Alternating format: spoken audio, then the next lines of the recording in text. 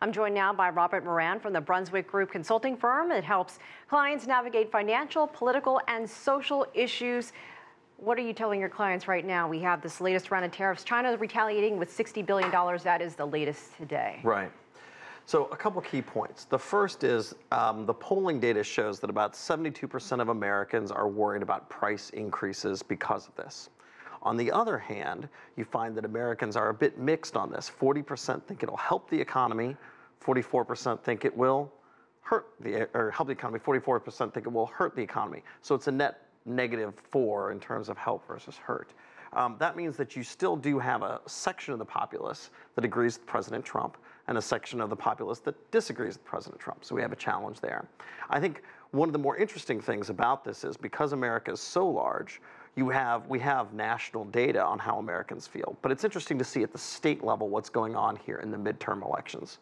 So in Missouri, in Montana, and in North Dakota, all farm states, you have a lot of discussion about the tariffs and Democrats trying to hang this on Republican candidates saying, hey, your president is supporting these tariffs and this is going to hurt farm country.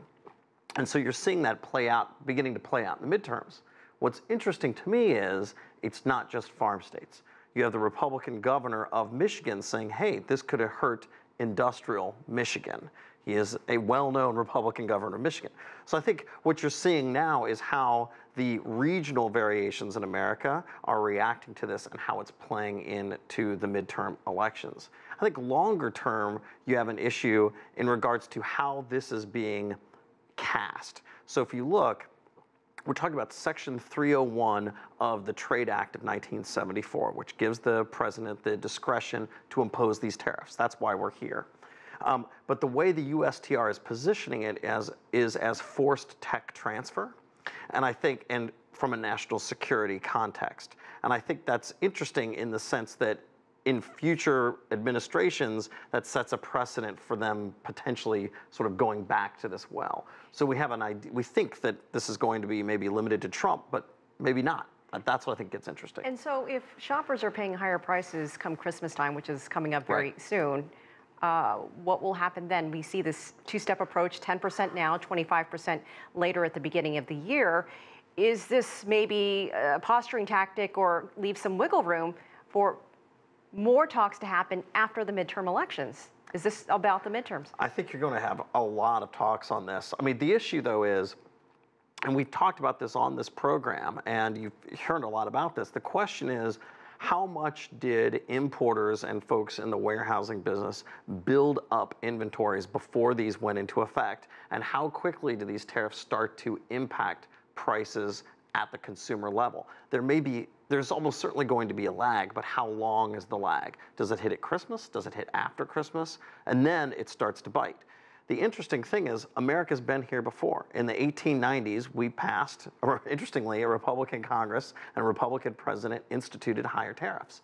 Over time, they increased prices on Americans, and they were unpopular, and it led to a Democratic Congress and a Democratic president. So we'll see. 30 seconds left. How does the DPRK play into this? Because we know earlier on it was being used as maybe a talking point in negotiating something with trade. So, we're looking at possibly Kim Jong-un and Donald Trump. That's been on the table too. Right. How much does that play into what happens with tariffs down the road?